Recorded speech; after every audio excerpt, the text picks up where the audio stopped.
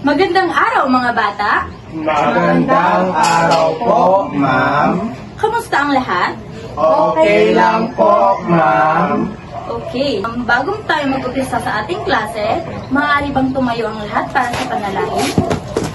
Set, please read the prayer.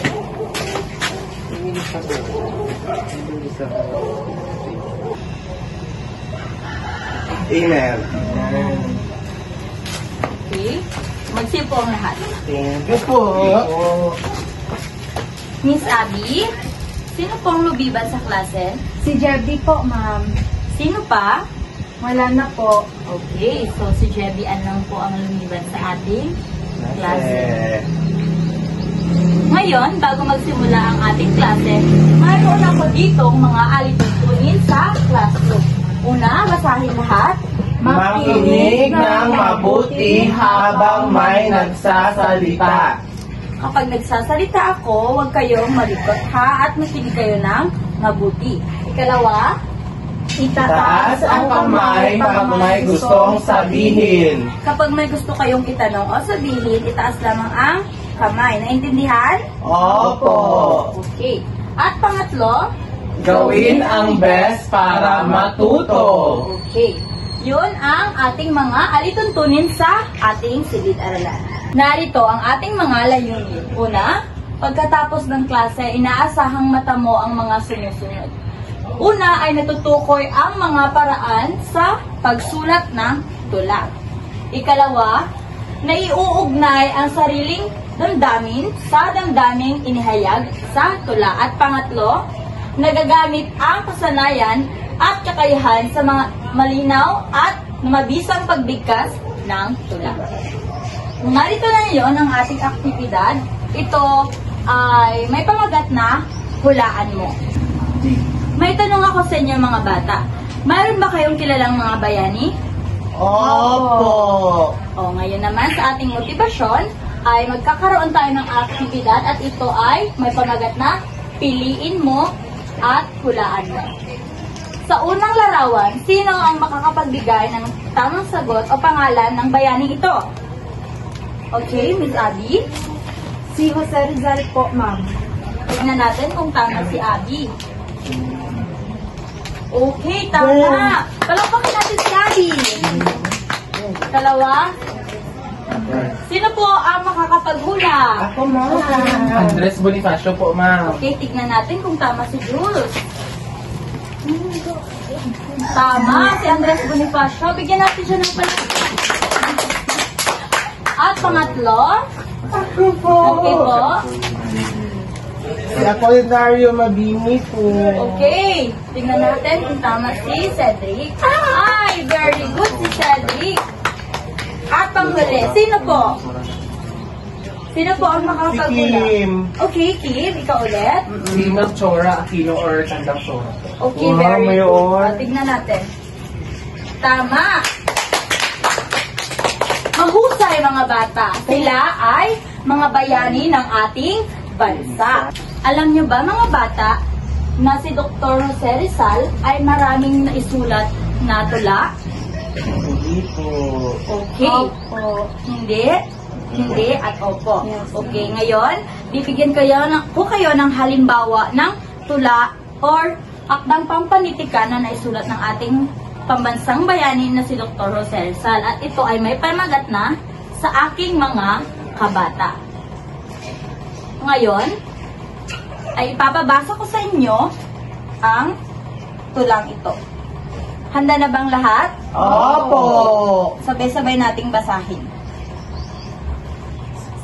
Kapag ka ang bayan sadyang umiibig sa kanyang salitang kaloob ng langit, sanlang kalayaan na saring masapit, katulad ng ibong nasa himpapawid. Ang wikang Tagalog tulad din sa Latin, sa Ingles, Kastila at salitang Anghel, sapagkat ang buong maalam tumingin, ang siyang nagawad nagbigay sa atin. Pagkat ang salita ay isang kahatulan, sa bayan, sa nayot mga kaharian, at ang isang tao ay katulad ng bagay, ng alinmang likha noong kalayaan. Ang salita natin tulad din sa iba, na may alfabeto at sariling letra, na kaya nawalay dinatna ng sigwa, ang lunday sa lawa noong dakong una. Ang hindi magmahal sa kanyang salita, mahigit sa hayop at malansang isda, kaya ang marapat pagyamaning pusa, na tulad sa inang tunay na nagpala. Ngayon, naintindihan ba ang tula? Opo. Okay, mayroon akong katanungan. Tungkol saan ang akdang isinulat ni Dr. Jose Rizal? Sino ang makapagbibigay ng sagot? Tungkol po sa bayan. Okay, very good. Tungkol sa bayan. Wala na po. Okay. Tungkol sa bayan, pagmamahal sa sariling atin. Ikalawang katanungan, alin sa mga linya ang tumatak sa iyong puso at bakit? Okay, Miss Abby. Tumatak po sa isipan ko ang salitang ang hindi magmahal sa sariling wika ay higit pa sa malansang isda.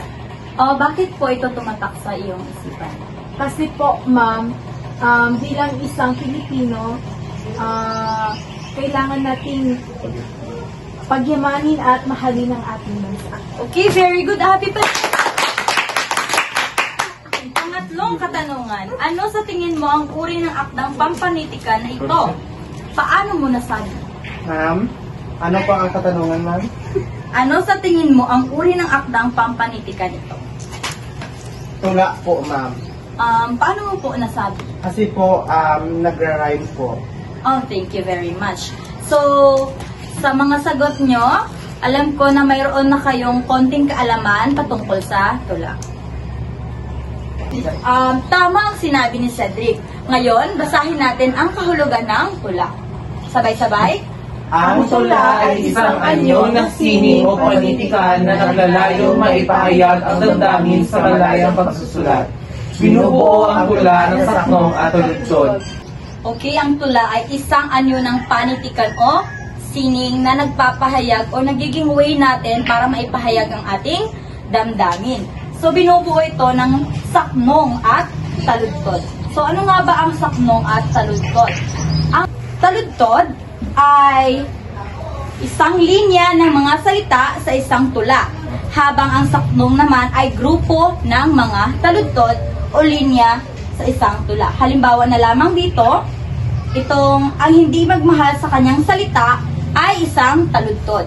At itong grupong ito ay tinatawag na saknong. Very good, mga bata. Narito naman ang apat na uri ng tula. Pakibasa.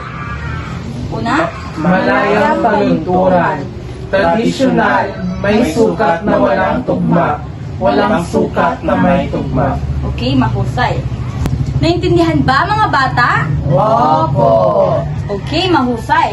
Ngayon, dahil sa naintindihan nyo, para sa ating evaluasyon, narito ang inyong sasagutan. So, ito ay identifikasyon. At bibigyan ko kayo ng 10 minuto para sagutan ang 5 katanungang ito. At bibigyan ko kayo ng isang pirasong papel. Cedric, Abi?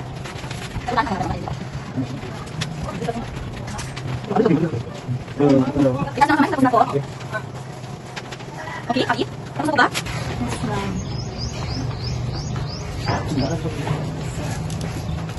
Maraming salamat, mga bata. Para sa ating kasunduan, ito ang inyong gagawin.